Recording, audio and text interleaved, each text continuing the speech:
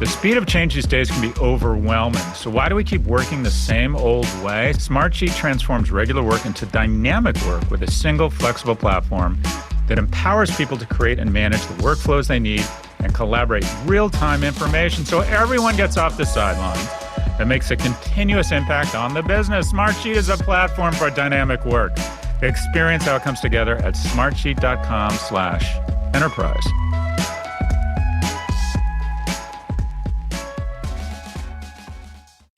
Who We Are, A Chronicle of Racism in America, is a new podcast by Ben & Jerry's and produced by Vox Creative that unpacks the parts of American history that you might not have learned about in school. Based on ACLU Deputy Legal Director Jeffrey Robinson's acclaimed presentation of the same name, Who We Are breaks down the origins and ongoing impact of white supremacy on our elections, healthcare, economy, and so much more. New episodes of Who We Are air on Tuesdays. Listen and subscribe right now on Stitcher, Apple Podcasts, Spotify, or your favorite podcast app.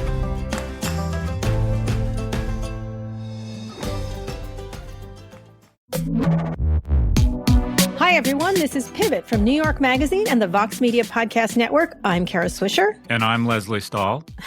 You wish you were Leslie Stahl. I do wish I was Leslie Stahl. Do you want me to introduce you to Leslie Stahl? You know, I have a story about Leslie Stahl. Okay, Mark go ahead. Benioff invited me to this celebration of Time's Man of the Year, and that's when I realized he had purchased Time magazine. Uh-huh.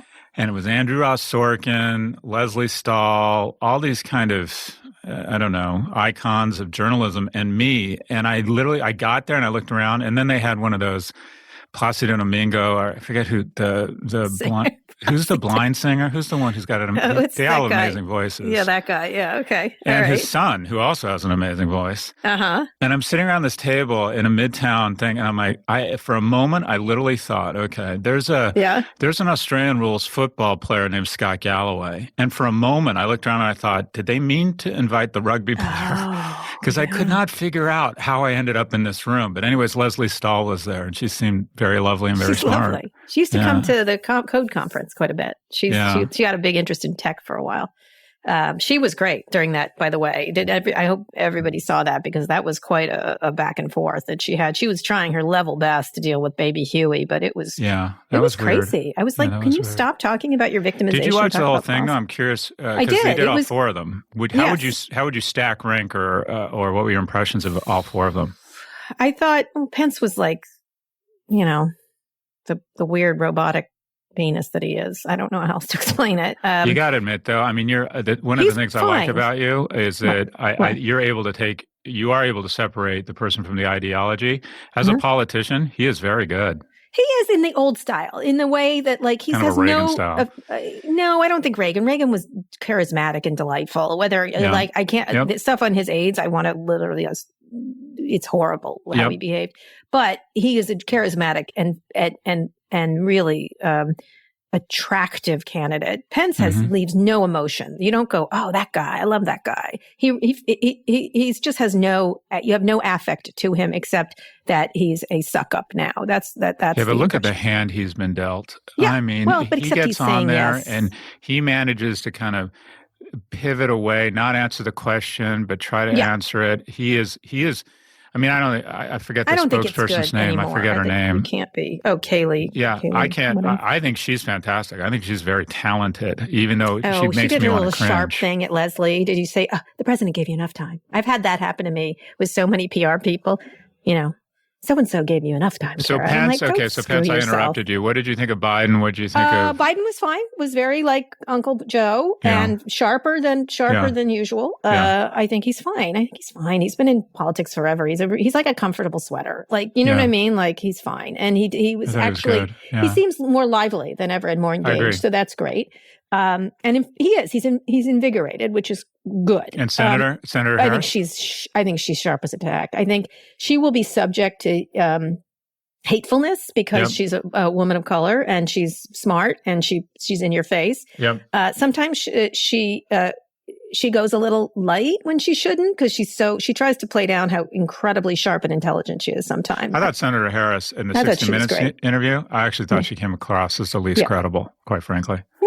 I thought she came across as, gosh, I'm so excited to be on the ticket, and she was laughing too much. She seemed nervous to me. Yeah, she has that tick. She has a tick of laughing. I think she'll once she gets more comfortable. She's been in public like a lot of time, but not at this level. And so, even though a senator from California is a big deal, I think she's moved through the system through the city lawyer in San Francisco, the attorney to the attorney general, to this to that, and so I think she'll be more comfortable when she's she's new, she's early. Yes. She needs some marinating, she's not used to 60 Minutes interviews as the VP. So there's a lot of appealing things about her. I think people will, there's going to be a turn for her. There's going to be a turn for her. She's either going to be with all women politicians, it's either I really like her, or you get into the Elizabeth Warren, Hillary Clinton zone where people have to dislike you for no good reason other than you're a sharp and smart woman. But we'll see. I thought Trump was the worst. He seemed like a big giant baby and wouldn't talk about policy. The man is impossible to talk about policy. And I think he, of all of them, is the most charismatic. So he sort of wastes his time on his weird little petty grievances, when he has a lot of political gifts that he doesn't avail himself to. He's I was just saying, I just interviewed Sarah Cooper, who does these impressions of him. And she thinks he's not funny because he's inadvertently funny, but he's unaware of his ridiculousness in the way most comics are. Anyway, I thought he looked terrible. I don't know if it matters, but he looked as usual. It's the same stuff we all know, this kind of stuff. There was a brutal takedown that was contrasting his kind of spray tan face and his hands. Yeah. They're just talking about how this is kind of really the kind of illusion and the chasm between how the country is actually doing and who he really is. Yeah, it's all illusion. It was brutal. I don't usually like talking about people's looks, but in his case, that spray tan is about a lot of things. Yeah, but you invite that kind of scrutiny when you. Well, it's metaphorical in a way that's significant and very clear. I'm sorry. There's a story. Let me just. There's a story today I think at the Washington Post about what happened with Carrier, the air conditioning, and this guy was like, all he does is press releases and then he leaves and nothing ever happens. It shows how this town has lost all these jobs. So it's all press release. It's all spray tan. It's all image. Which is it's not uncommon, but it's taken to a ridiculous extreme in this administration. Speaking of which, I'd love to know what you think about TikTok. That was all noise, and now it's working its way through where it's going. It's got till mid-November before anything really has to happen, and there's all kinds of lawsuits waiting, so it may even be delayed past that. But how do you think Biden is going to deal with this soap opera if he's elected? And Trump still has time in office to deal with it, obviously. I think he recognizes he has no domain expertise here, and I'm not even sure the vice president does, and he'll do what. I think there's going to be a lot of quote unquote bipartisan commissions coming out of his inauguration if he wins. And that is they'll look at it and they'll decide, all right, if we're going to ban TikTok, which might make sense, it needs to be under the auspices of a ban against Chinese internet companies in response to their banning all American companies. The systemic thing. Yeah, it needs to be policy. It can't be governing by 140 characters. But again, what this looks like is, and I think we were pretty cogent here. We said this is nothing but a distraction, an attempt to look tough. It's not sustainable. It's not legally viable. And just the amount of time that Microsoft and what looks like Oracle wasted on this, it weakens us. It weakens us. One of the things, it's always struck me. I have a lot of friends who came here who are immigrants who've been extraordinarily successful in the alternative investments world. They're hedge fund managers. And the thing that they always impressed on me that I think I've taken for granted as an American, is that they said one of the things they just love about it here. And they, from a lifestyle standpoint, from a family standpoint, the draw to go back to El Salvador or Spain or wherever they're from is really strong. But they said the rule of law is just so powerful here that if, the notion in a lot of these countries, you can be hugely successful, and there's always a non-zero probability that a government or a populist movement is going to, or a bad actor could take everything away. Yep. And that the rule of law here and the protection and respect for private property is a real draw for people around the world. And we're demonstrating it now by saying, okay, maybe TikTok shouldn't be here. Maybe it is a threat. But if we don't have laws we can consistently apply to this, we're not going to do it. And these one-offs are really dangerous. That's right. The same thing with carrier, the same thing with all these things. You cannot make policy by having let's get one company to do one thing. It has to be a systemic policy. Yeah. And I'm the same way on this internet stuff. I'm like, we cannot have one-off lawsuits. We have to have a systemic look. I welcome the bipartisan commission. Yeah. Speaking of things that have to be bipartisan, at least, let's talk about the big stories. Facebook is prepping for post-election unrest using the same tools for what it calls, quote, at-risk countries. We're now an at-risk country. The emergency measures would slow the spread of viral content and lower the bar for suppressing inflammatory posts. These measures have been used before in Sri Lanka and Myanmar. That's where we are right now, after the UN accused Facebook of fueling the Rohingya genocide. Whoa. I'm glad they're doing this, but boy, they caused it. They're trying to put out a fire they caused. And you saw some videos this weekend of pro-Trump people and anti-Trump people fighting in ways that were their guns and things like that. There's all kinds of stuff. So, this leaping into the physical is the tinder is there. So what do you think about this? Well, I think it's 11 a.m.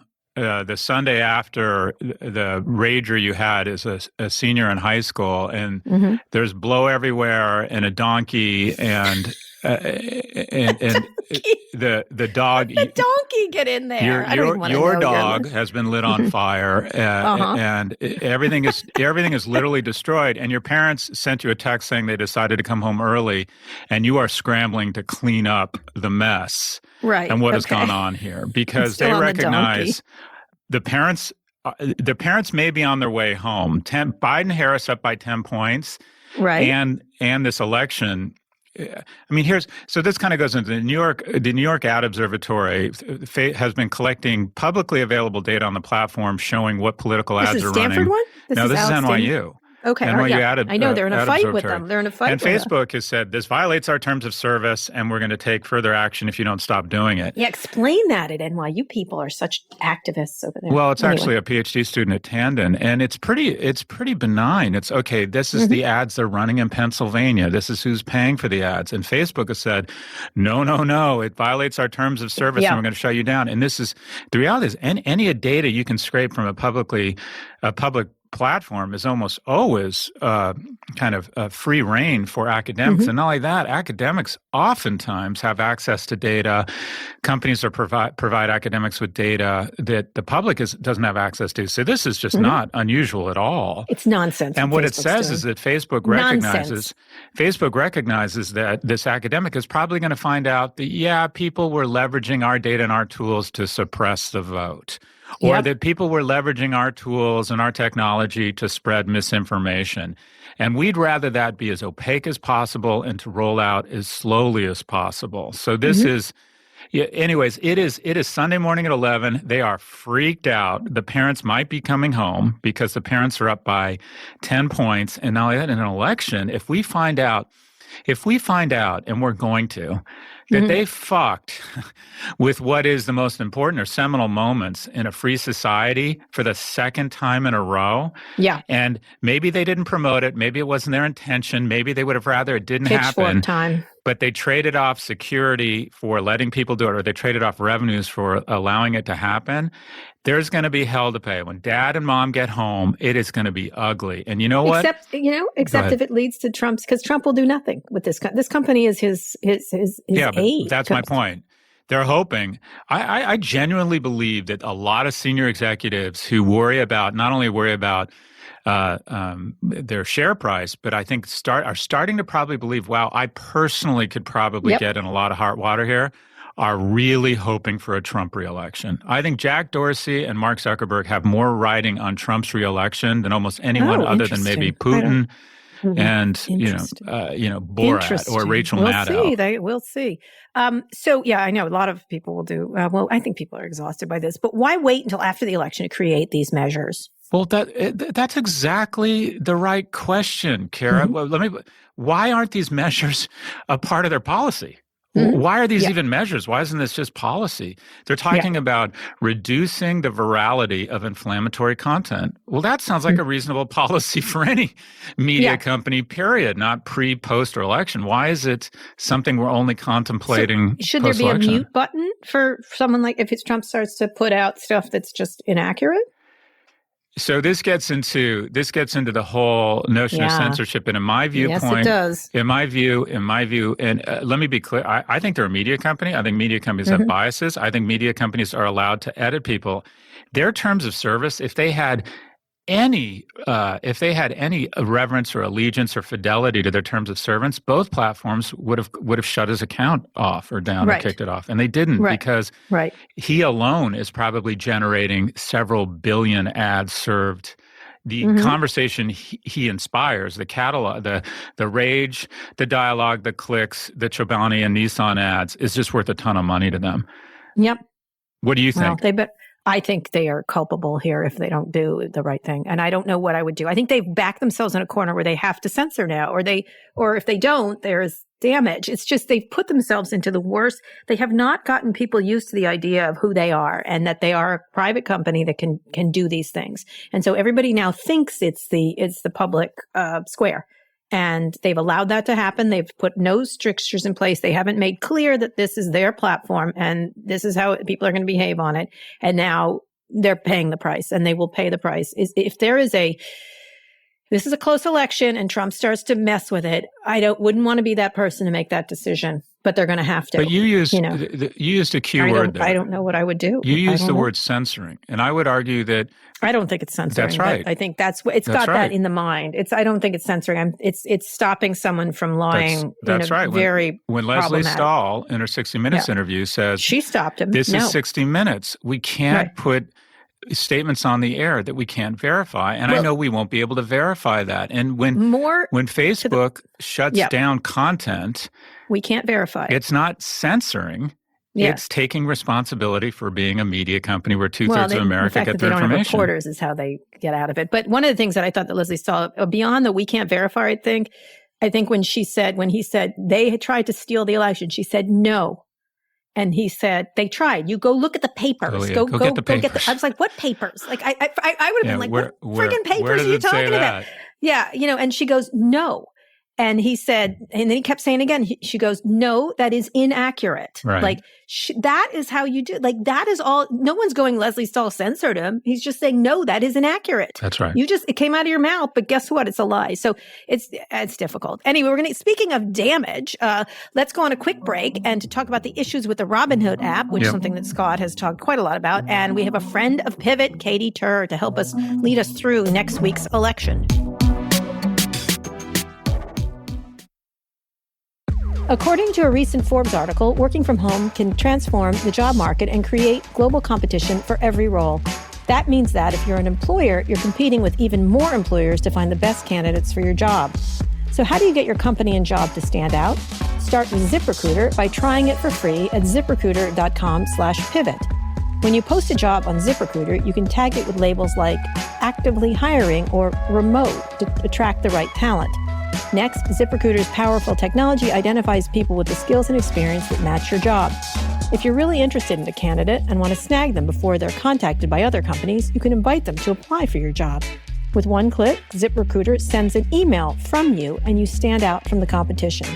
It's no wonder that 4 out of 5 employers who post on ZipRecruiter get a quality candidate within the first day. And right now, you can try ZipRecruiter for free at ZipRecruiter.com/pivot. That's ZipRecruiter.com/pivot. Get the edge on the competition. Go to ZipRecruiter.com/pivot. ZipRecruiter, the smartest way to hire.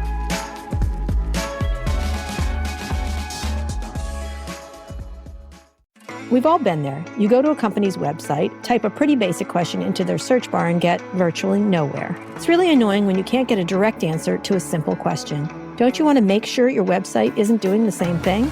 Then you have to try Yext Answers.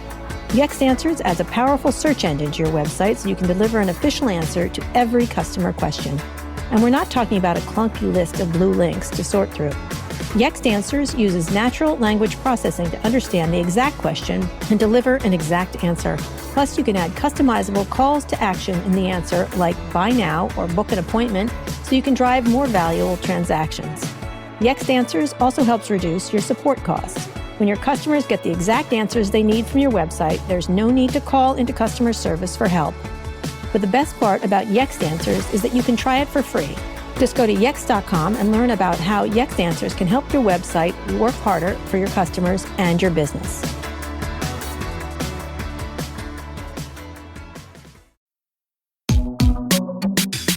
Welcome back. Robinhood users are saying their accounts are being hacked and looted. They have no way to report the thefts. Bloomberg reported that users have been targeted by cybercriminals without any way to hold the Robinhood app accountable or track their funds, like do their job. These users have to contact the Securities and Exchange Commission and the Financial Industry Regulatory Authority with limited success. Robinhood said they've doubled their customer service team this year, which they had talked about before with me and other people, but clearly does not help users from being looted. Oh, Scott. Tell me. Well, first off, notice how they said doubled their customer service team, but they didn't put any numbers on it? Yeah, they've gone from 4 to 8 people. So, look. No, it's the hundreds. I do know that, but go ahead. Okay, so the social dilemma kind of really depicts this really well, and that is when the product is free, you are the product. And what we have in our surveillance capitalism society is incrementally they say, we'll give you something for free, and we'll start taking data from you. And even if you don't provide us with permission, we'll start monetizing that data. You're the cow. You're not the customer. You're the product. And we're going to milk the shit out of you and find people who are willing to pay more and more for this milk, which is a data set which we continually enhance. And the order flow that Robinhood gets from its quote-unquote product, that's you, the consumer at Robinhood, gets gets more money. They're able to sell that order flow for more money than any other brokerage. Why? It's either that the people who take that order flow can either create a greater spread and sell Robinhood traders stocks at a worse price, or that's the dumb money, and traders like to know what the dumb money is doing so they can take the other side of that trade. But be clear, you are the product, not the customer. And then they're like, we don't want anything to get in the way of this blitz scale, including getting to a point, and this happens several times, and you sent me the articles on this, you get an alert on Robinhood. This happened. Your Moderna stock has been sold, a trade confirmation. It's been sold. And you're like, wait, I didn't sell it. And then it says, you get another alert saying, we are about to transfer the funds, the proceeds of your Moderna sale out of your account. And you're like, oh my God, someone has hacked my account, is stealing from me, and is about to transfer it out. And then you're like, okay, I caught them. You try and call Robinhood, but they don't have a 800 number. They don't have a customer service number. Why? Yeah. That would get in the way of scaling. Yeah. Any bank, and they immediately shut it. A credit card company, you get an alert before something happens. Everybody. And these people start calling desperately anyone, emailing them on LinkedIn. And you know what they get? They get an email back saying, this is a serious issue. Someone will be back to you within a few weeks. And some of these people literally lost or were worried they were going to lose their life savings. I have traded. So, Scott, shouldn't that be the very bottom amount of work that Robinhood should do for its customers?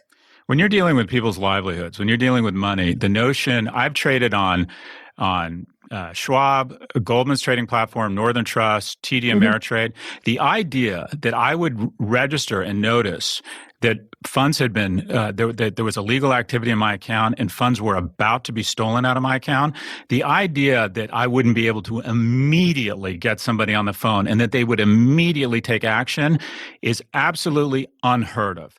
It is. All Robinhood users, you should know, you're the product. You're not the customer. And then the language that Robinhood put out was very telling.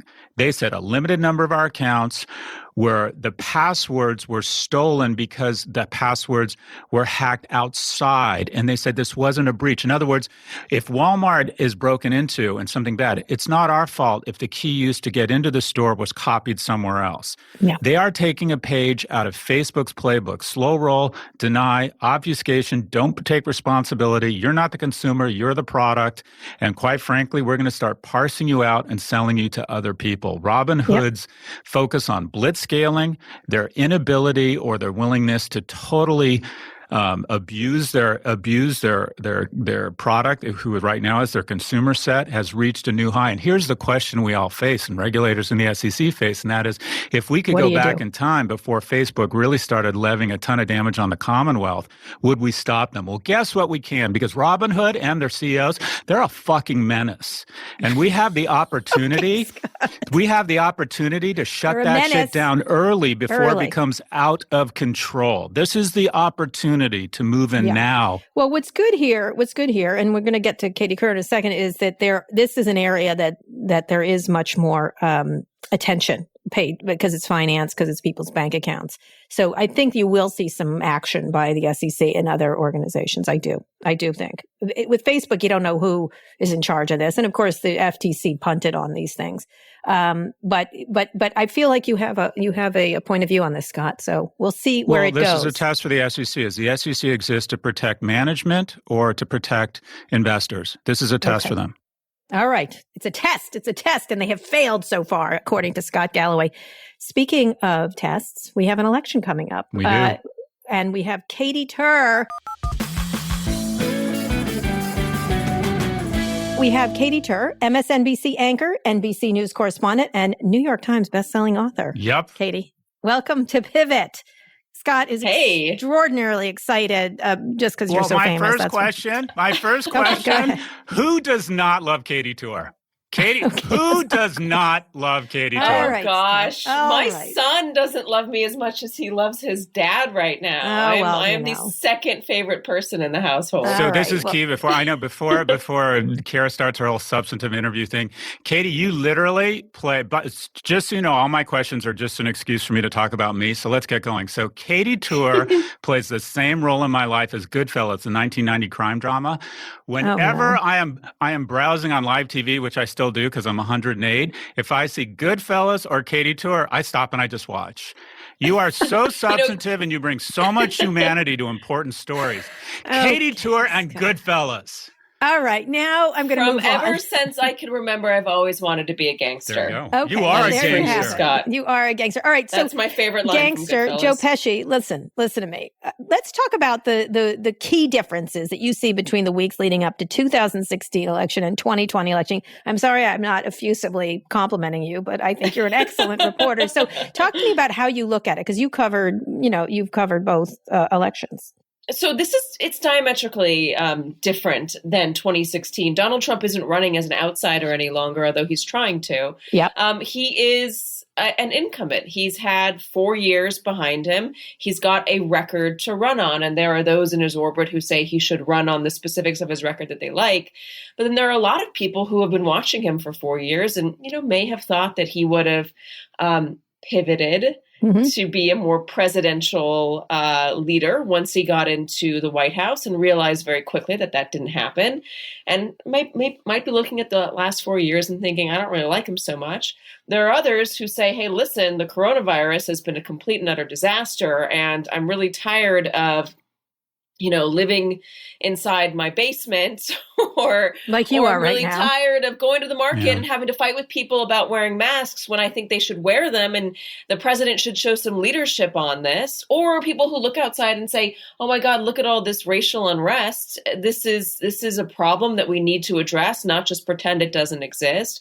Or people who want to have Thanksgiving dinner with their family without somebody storming out because of politics. Or so there's COVID. A lot going on right now that he wasn't dealing with in 2016. I'm not saying he's going to lose, but I am saying it does dramatically change the landscape. How is covering it different? Obviously, there's the COVID issues, but what is the tonality? Because before it was sort of this insurgent campaign, there was a little more humor around it, despite all the ugliness that he brought to bear. There was more, what do we have to lose with this guy? It's really difficult to cover him because when he opens his mouth, the majority of what he says isn't true. Mm-hmm. And you can't spend all of your time picking through it because an hour would go by and you wouldn't have covered anything.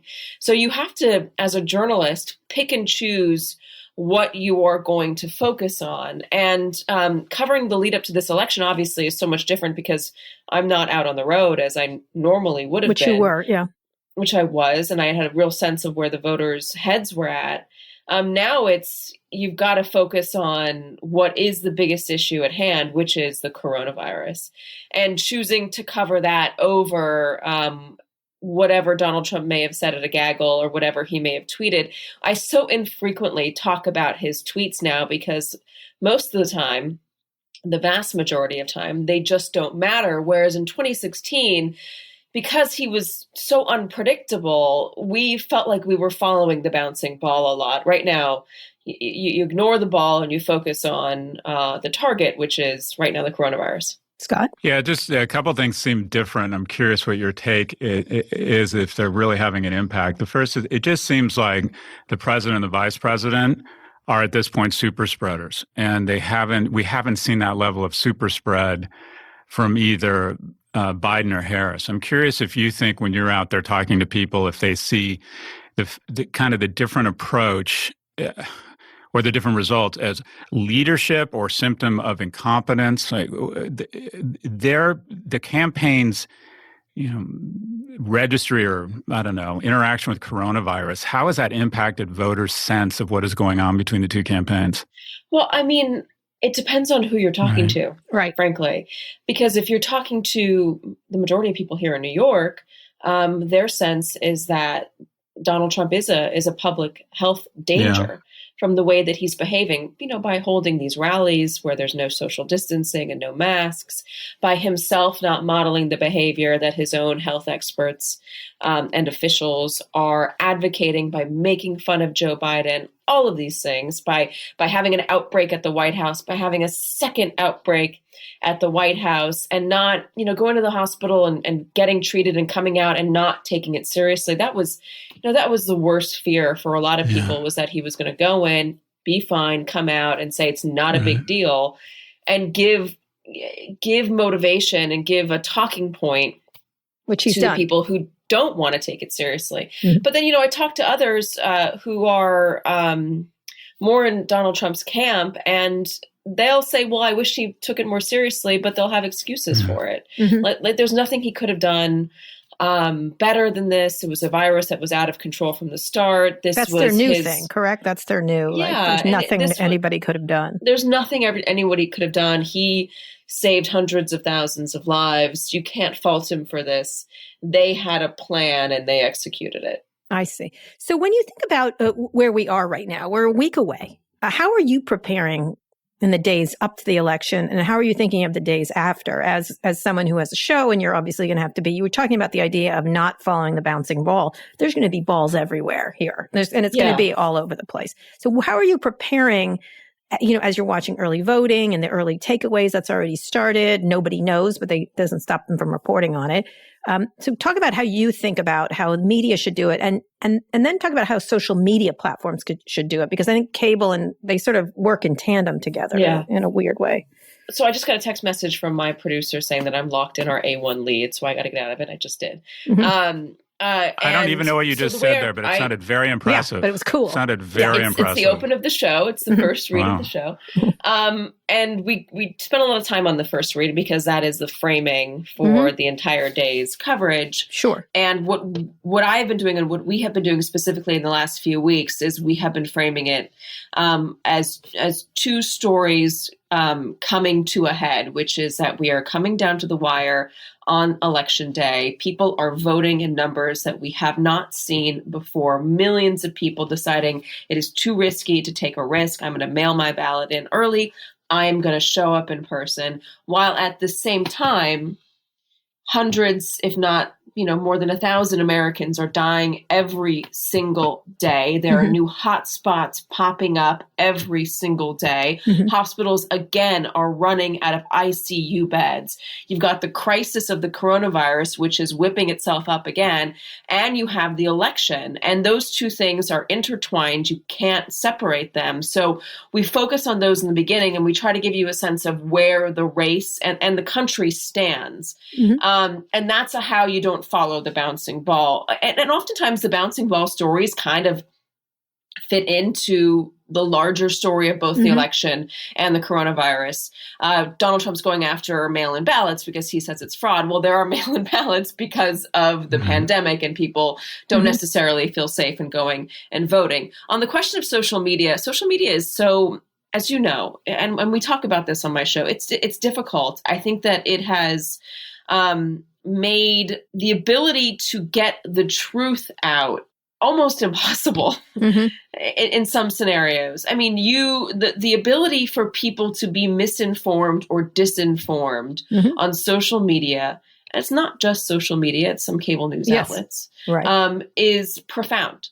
And I am always overcome and scared when I talk to people who are spouting off conspiracy theories or just wildly incorrect information that has no basis in reality. So you talked to my mother this morning then. Well, I come across these people a lot. I mean, you can find them in New York. You can find them outside of Trump rallies in Pennsylvania. You can talk to them online. I get emails from people saying these things. But I mean, the majority of it is coming from the right. But there is a problem coming from the left as well, where I will get friends who will text me something they saw on Twitter or Facebook and say, what about this? And I'll say, oh my God, where are you getting that from? And it's like just some unknown website. Well, I heard it and it feels right to me. And you say, well, okay, but you can't trust it. So what do you do as a broadcaster, as a reporter? What is your responsibility, especially if this gets very close and ugly? How are you thinking about that? I think you have to be very clear with what's at stake, but also with the expectations. We might not have a winner on election night. We probably won't have a winner on election night. We might have one in the days after, but maybe not. It might be weeks after. Prepare yourself for there to be a delay, and also know that there are going to be people out there, nefarious actors, who are going to try and manipulate your opinion about what is happening. And arm yourself with accurate information. How do you find accurate information? Well, if you see something online and it piques your interest, Google it. Try to find it backed up at the New York Times or the Washington Post or USA Today or NBC News or CNN or CBS, whatever. Find another more reliable news source that backs up the information you just read. And if you can't find it, I don't trust it. Push it away and wait until that gets confirmed somewhere else. That's a level of media literacy that not many people have. They don't really understand. I have a question about early voting. You would think that we would actually have more insight into what's going to happen here than any previous election, because we're coming up on about 50 million people have already voted. Is that right? Well, yeah, more than that. And I get the sense that we have been, the progressives on the left, we were hit so hard by this car in 2016 that we don't want to say out loud anything positive. We don't want to jinx any of it. But what, if anything, have you seen or do you take away, or what thesis do you have around early voting? Like, what are the signals telling you? 60 million, just so you know, it just hit 60 million. 60 million. So the early vote is indicative of enthusiasm. And I think it's indicative of how many people felt surprised and maybe waylaid by the 2016 election. So I think that what you're seeing is a lot of enthusiasm from people who do not like Donald Trump, want to see him out of office, don't want to take a risk on it, and are getting out there very early. What I think is most interesting are the number of people who voted this time that did not vote in 2016. That's going to be what sways this election. It's not going to be Donald Trump taking some Democrats or Joe Biden taking some Republicans. It's going to be the millions of people who didn't show up. There were 4.4 million Obama 2012 voters who didn't show up in 2016. 4.4 million. That's a lot of people. If just a handful of those in a couple of key spaces, key counties, show up and vote young for Joe Biden. Also, they're young people, they're African-American men, and people who were just didn't think that their vote mattered, assumed Hillary Clinton was going to win. If they show up, then the election is going to be completely different. Yeah. So let me ask just two more questions, and maybe Scott has one more. Is when you're broadcasting like this, and you were on the road, you were a reporter for the last election. What is, when you think about you broadcasting, you're in a basement, you're broadcasting in a basement. How do you think about your job differently now, this election versus last election? Because you have to now have a Twitter,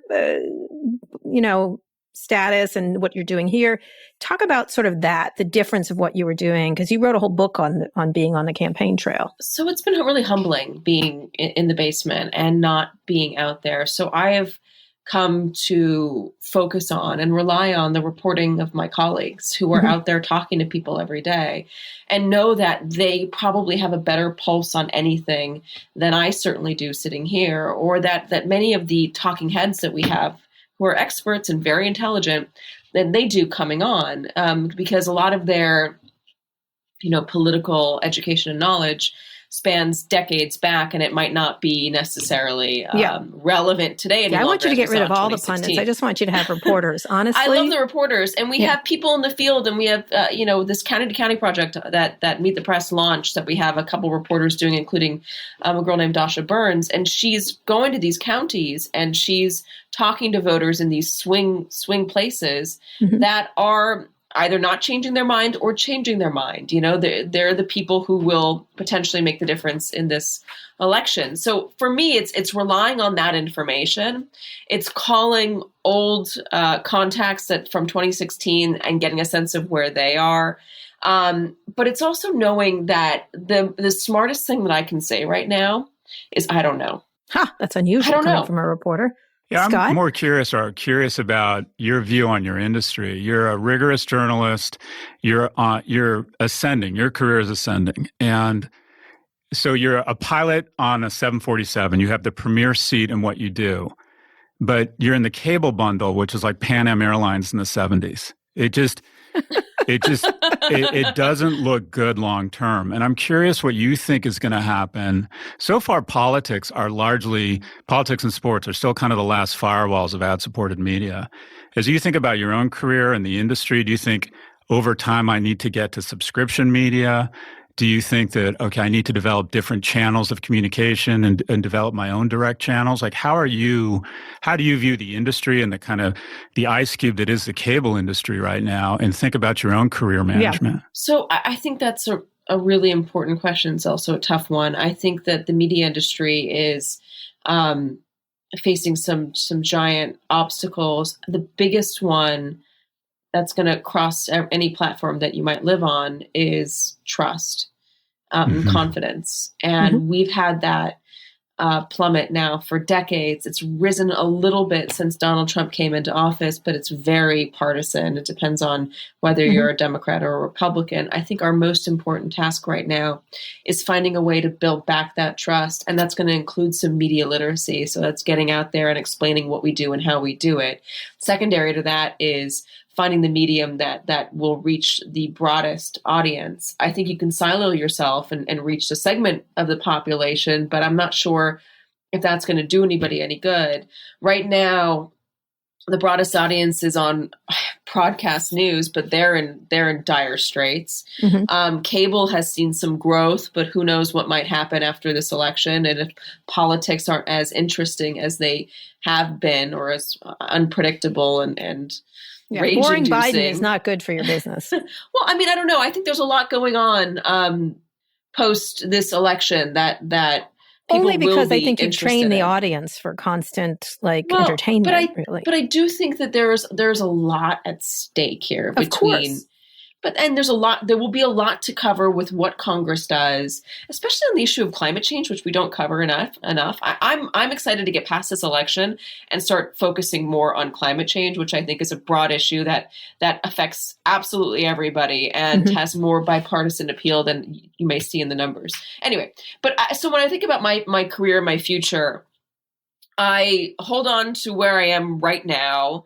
And then I find, my husband and I talk about this all the time. We talk about whether there is another outlet, and digital obviously is the next step in that direction, but finding a way where a place where digital can still reach the American voter. Well, not Quibi. Not Quibi. But wait, I want the question to be more pointed. Play production executive.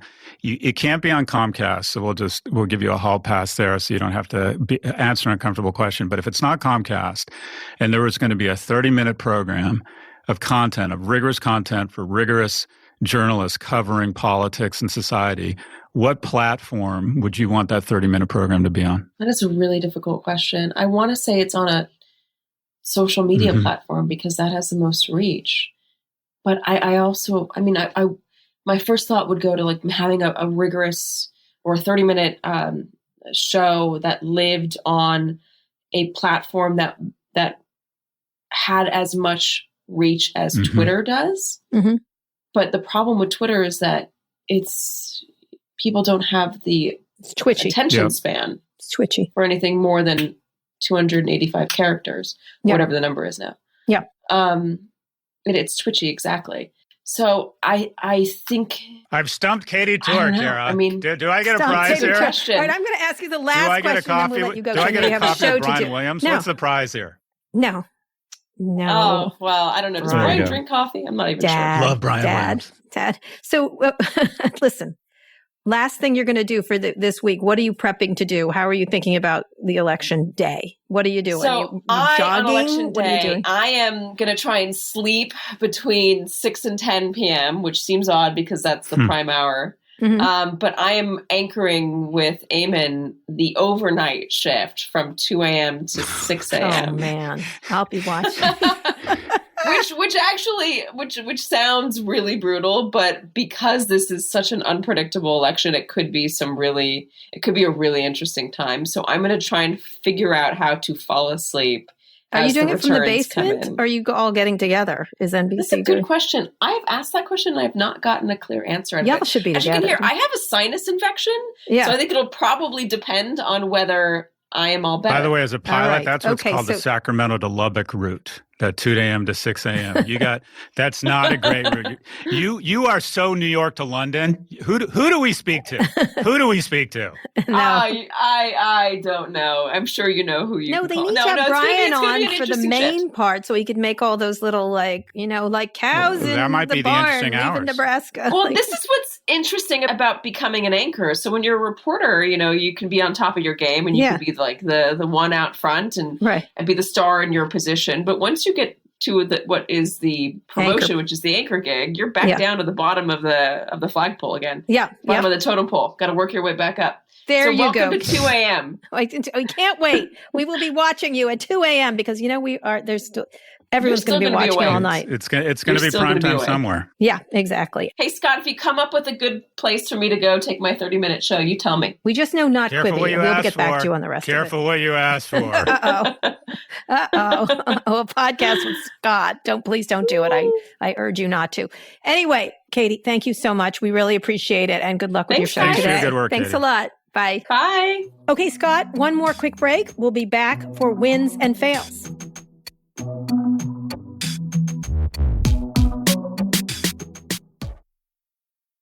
Right now, this nation, is deciding who we want to be, but we can't make progress without fully understanding how we got here. We're at an inflection point in our story. That's why Who We Are, a new podcast by Ben & Jerry's and produced by Vox Creative, is examining the parts of American history that we don't learn about in school, based on ACLU Legal Deputy Director Jeffrey Robinson's acclaimed presentation of the same name. Who We Are is a chronicle of racism in America that dissects the systems that have allowed white supremacy to thrive for 400 years and counting.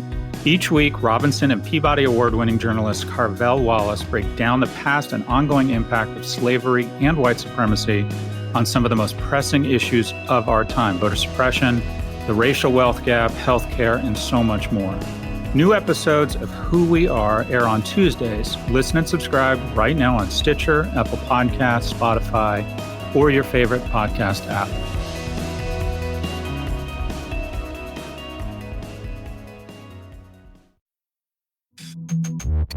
Okay, Scott, isn't Katy Tur the best? Yeah, I think she's wonderful. I have fake friends because I'm sort of living in my own world, and I've decided my new fake friends are Katy and Brian Williams. I like him. I like that whole MSNBC. Yeah, I like them. I like to watch them. I always am like, I've got to watch my Katy. They both seem like nice people.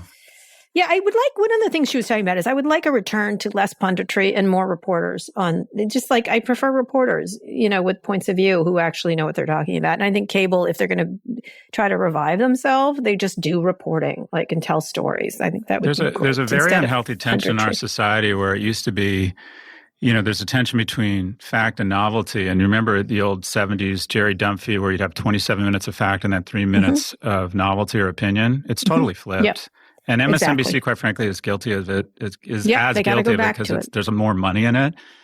But at some point, there'll be a market to go back. I actually think that's why a lot of these traditional media outlets, the Washington Post and New York Times, are thriving. New York Times, by the way, is thriving. Reporting. Is because they're about just the facts. Stories. Yeah, the truth. Whether it's a kooky story or it's just good storytelling. Good storytelling. Okay. Scott, wins and fails. What's your wins and fails? Sure. So my win is the largest IPO in history in terms of proceeds and financial, $34 billion. I think the average... Jack Ma. That's right. It's basically the payment division of Alibaba. But if you think about... this thing is part Square, part Tinder, part Quicken Loan, part Venmo, part PayPal. That is a good way to put it. 700 million people on the thing, and they went public. They raised $33 billion, just edging out Saudi Aramco to be the biggest IPO in history. And when you think about that, the average IPO, I think the proceeds are, $100 to $300 million. So this IPO was literally 100 to 300x greater than typical IPOs. So they dominate. They dominate. They make Amazon look like a niche player or Square. They have just taken, they've really consolidated the market, and they're about, I think it's like 30 or 34 billion in top line revenues and 10 billion in EBITDA. This thing is just a juggernaut. Their challenge will be to see if they can expand beyond national borders. Chinese companies, they're kind of their Achilles heel is they're not great at global branding. But it's arguably one of the most, I would say, other than Shopify, it's probably the most impressive company of the last 10 years. But because we're such narcissists and we think we've invented innovation, we don't cover these companies. Yeah, Jack Ma is a fascinating entrepreneur. I've interviewed him many times, and I actually went to China to visit on his day, the sales day that they have. I forget what it's called again, and he invited me there. What Alibaba's done is really fascinating. And for people who immediately think the Chinese steal everything or the intellectual property thieves, may be absolutely true. The fact of the matter is this company is so innovative, and I visited all their headquarters and stuff like that. It was really interesting. And I think their Achilles heel is China, the Chinese government and the linkages that they have to endure. But this guy's a real entrepreneur, in terms of fascinating ways to pivot. He really does. This is a really interesting thing. And the question is, can they can go all over the globe, but can they make a dent in the U.S., which Alibaba has not done, except for, people use it to move goods between China and the U.S. So interesting. And he's also sidled up to Trump. He did try right at the beginning of the administration. So it's an interesting question of how you deal with this company, because it is a giant financial tech company and one of the most important ones. Good one. You have a win? Good win. Win? No, I do not have a win. Well, the win is this early voting. I think I have to say it's really interesting. Someday I wish people would be able to vote on their phones, but I recognize all the worries about it and everything else. If they're worried about mail-in voting, and we've been mailing things for hundreds of years or whatever, there's going to be an issue with it. But I am heartened by people physically showing up at these things. To me, long lines are voter suppression because you have to wait in long lines. But people are distanced. So I'm sort of trying to figure out if they're really long lines or it's just there's now 6 feet between people. But I do think that it is lovely to see all those people. Like right now, I guess I forget, New York open early voting, whatever, and DC opens it tomorrow. The enormous lines that people are waiting in order to cast their vote physically, I think is really very heartening. No matter how this election turns out, people care about what's going to happen and they're acting. And I do think Americans don't take their vote for granted so much. And I think it's something I've drilled into my children. My son voted, which he was very excited to do so for the first time. And I just feel like it's your duty to do so. I don't think I've missed an election. I mean, but Katy highlighted something we don't want to say out loud. Which is?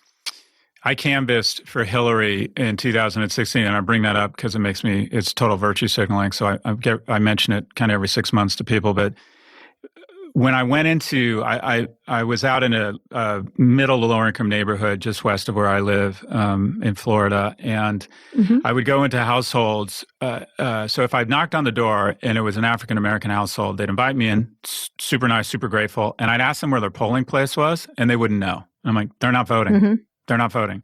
And then I'd get to a white household and they'd slam the door in my face. And I thought, he's going to win. Because take passion over the apathy I was registering for Democrats. And what I see, and again, we're scared to say it out loud, what I see with this early voting in those lines is I see passion and anger. And that passion and anger right now is the rocket fuel, or what I'm hoping is the rocket fuel for for a change. But I think it's hard not to interpret this as a good thing, for Biden and Harris. I think it is. So how do you feel then about the rallies then? Because that's passion. It's misguided. It feels like misguided. I mean, look, they can have the rallies that they want if it wasn't a health crisis. But it really is that's what makes it disgusting, actually, those rallies, is the health crisis part of it. If it wasn't, how do you look at those? They pretend there's no COVID and you have these, but actually there is COVID and they're still doing these and they're attracting large numbers. How do you look at that? Because that's my fail. I'm like, what are you doing? Well, why are you doing I think this? His rallies are a lot of fun. If they're a chance to turn out and hear this kind of outrageous, provocative, charismatic. I mean, they're an event. They really are. Whereas most politicians are so scared to say anything. It ends up, the content just isn't that great at these things. And his are a lot of fun. I believe, and again, it might be confirmation bias, that these are constant reminders that this is not a responsible administration. These are constant reminders that this administration prioritizes their own Q ratings and awareness over the health of the Commonwealth. I think they may rally his base, but I think moderates look at these things and go, boss, is that really a good idea? Yeah. This campaign has been poorly executed. Really poorly executed. One of the things that Livia Nuzzi, who writes for New York Magazine, who's terrific, she just put out another story today. She was noting in one of her very funny, she's done a lot of Instagram posts, she's had to go to these rallies, is that they stream out when he starts talking. So she goes, she's decided it's just entertainment for them. They just want to say, like, looking at the Grand Canyon. Look, I went and saw the Grand Canyon and now I check my box. And I actually, the first time I was like, that's exactly what I think is happening here. They're not listening to anything he's saying because he's almost not talking. He never talks about policy. He just makes a lot of bad and juvenile toilet jokes, essentially, and insults. He's like Don Rickles of politics, essentially. But they leave because they just wanted to say they were there and they enjoy, which is really a fascinating way to look at it. So what is your fail? Oh, my fail again is just Robinhood. The notion that a consumer platform that is dealing with people's livelihood, potentially theft is going on. The consumer who's having their funds stolen finds out before Robinhood, tries to alert Robinhood, and there's no one there. It would be like calling the police, whose job is to protect you in the midst of a home invasion or someone stealing from you, like, oh my gosh, they're in my house and they're stealing my money. And you would get you'd go on, if you called 911 and you were on hold for 3 weeks. And then their response was so, they tried to blame the consumer because of passwords that were obtained outside the network. Your fault. So let's be clear, Robinhood product, i.e. its consumers, you could find out today that your stock has been sold when you didn't sell it, and that money, your money, is being transferred out, and the response will be an email saying, we'll get back to you in 3 weeks. What could go wrong? Well done, Robinhood. Well done. Anyways, that's my fail. Right. I think my fail is, and it's actually when there's a piece by Rich Lowry in the, I think he writes for the National Review. He's a well-known writer. And he calls it the only middle finger. And he talks about that conservatives will ditch any principle they purport to hold if it means sticking it to those The National Review guy? That guy? Oh, okay, yeah. Yeah, I think he wrote it is true. It's about screw you. And I'm so sorry that is how people feel. That this is anything to do the middle finger to the man. I think at the heart of Trumpism is the sad fuck you to people they don't like. And I get why there's anger. I get why there's they've been treated shabbily by a lot people. You mean his supporters? At the same time. Yes. Just so angry at government, so angry at everything. At limousine liberals. Right. It's their state in life, it's not the fault of limousine liberals that they're where they are. It's not the inability come on. Like at some point, this is a group of people that talks about standing on their own 2 feet. They should stand on their own 2 feet. It's fine. But I do feel sorry that this is where it goes to, is having to put a middle finger to everybody. And it would be nice if there was some way to stop this dysfunction that it occurs. Maybe there isn't. Maybe it is our country. There's the elite, and then there's the ones who have to say fuck you to the elite, because neither of them is working. And so I would like to, I recommend that you read that story, because I think he's saying the quiet part out loud, which is, it's a middle finger. It's a different form. I mean, it's maybe an uglier form of what Obama was saying. Obama was about change. And to a certain extent, Trump represented the mother of all change. Yes. And these were people who felt like they'd just been lied to over and over and over. And they said, whatever's going on here, we just want radical change. And to be fair, Donald Trump represented on a lot of dimensions more change than any politician previously. So yes, that is true. We think of it as being something sinister and ugly. The reality is they wanted the same thing that we wanted when we voted for Obama. We wanted change, or they wanted change. Yes, but it is sinister and ugly because it's about petty grievances. Well, yeah, and it's about mocking the disabled. That was exactly. It's petty and cruel and pointless, and not about policy that would change. It would actually change people's lives. So it's easier to say. I was reminding of, and I'll finish up on this. Is my son, when I think I told us that there was an election at my college when I was in college where there was lots of, the people who run for student body president are just usually those kind of people. You know what I mean? Like, they were super earnest and irritating, and lots of things that you feel about people that run in college for student body president. And these two guys ran on the fuck you party, essentially. We're going to have beer bongs and we're going to do this and we're not going to run government. And everybody voted for them and they won. Everyone was like, yeah, fuck the man. That kind of thing. And they won overwhelmingly over a lot of really qualified people. And everyone was like, ha ha, we showed them. And then everything fell apart. People didn't get the things that students expect. There was no representation. Groups didn't get funded. Things didn't happen. And I remember oh, you won. You sure did win. You got nothing. Did you ever run for office? That's my way of wanting you to ask me. But you go first. Did you ever want to run for office? Did you run for, I didn't. I never ran for office. I ran for junior class president in high school. I ran for senior class president in high school. I ran for student body president. Yeah. Lost them all. And? Lost them all. And one of the key... Why did you run? Because I think one of the... What is that movie, Election? Tracy? What was her name? Reese Witherspoon and Matthew Broderick. That's a fantastic film. And I tell my kids, my son just ran for 7th grade president and lost. And I said, the key to one of the reasons I feel like I'm honestly successful is that when you run for something and you lose, you realize it's not the end of the world. And then you get back up and you run again and you lose again. That means at some point you're going to win. How much did you lose by? Oh, a lot. Oh, really? A lot. Actually, no, I think that is actually, tough. I don't know. Look, you miss every shot you don't take. The key to success is your resilience over your failure. That's it. That's the ratio. Yeah. Show me anybody who hasn't had serious disappointment and losses. So sweet little you're not successful. Young Scott with hair losing the election and a skateboard. Ponytail. Oh, that's my God. It's killing me. You lost the 3 elections. That's a lot. It might have been 4. I think I ran for sophomore class president too. Yeah, it was more than that. Oh, it was always president. You never just went for treasurer. And cut from the basketball team.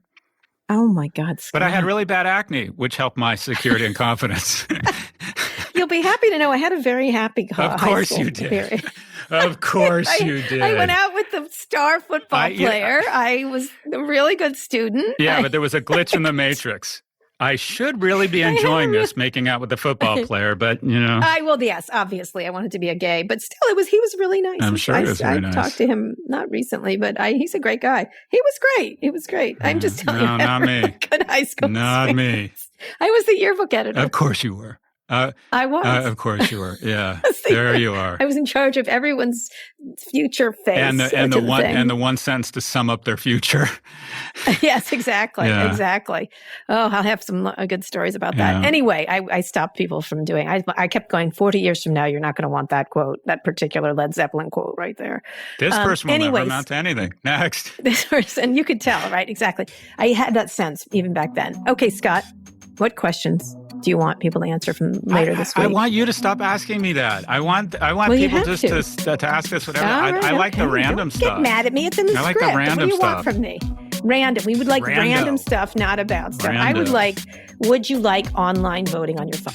Okay, email us at pivot@voxmedia.com to be featured on the show. Scott just wants you to ask about whatever the hell you want. Right. Scott, read us out. Today's show was produced by Rebecca Sananas. Fernando Finite engineered this episode. Erica Anderson is Pivot's executive producer. Thanks also to Hannah Rosen and Drew Burrows. Make sure you subscribe to the show on Apple Podcasts, or if you're an Android user, check us out on Spotify, or frankly, wherever you listen to podcasts. If you liked our show, please recommend it to a friend. Kara, you know what they did on that flight? What? That flight, the terrible flight that ended up crashing in a Pennsylvania field after being hijacked on 9/11. You know when they called their loved ones, and they called their loved ones and they found out that their death was imminent, and the first thing that people registered, or academics looking at it, was they called to just tell people they loved them, not to settle scores. But the second thing, when they found out that they were probably headed towards their imminent demise. This is dark, Scott. Okay, they decided, okay, 300 people in the back of the plane, do we just hope things work out, or do we crash through the cockpit door with a meal cart? And how did they decide one of the most difficult, probably the most difficult decision in their life? You know how they decided? They voted.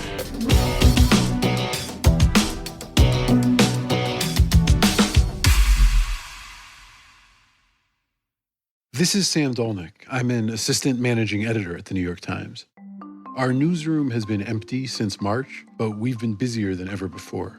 The pandemic has changed how we work, but it hasn't changed what we do. This is why we became journalists, to bring to light real, verified information when the stakes couldn't be higher. We can't do this work without our subscribers. If you'd like to subscribe, please go to nytimes.com/subscribe. And thanks.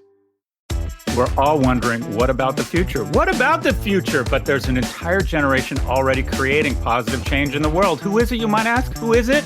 You can meet the Snapchat generation and learn more about them by visiting snapchat.com/generation. That's snapchat.com/generation.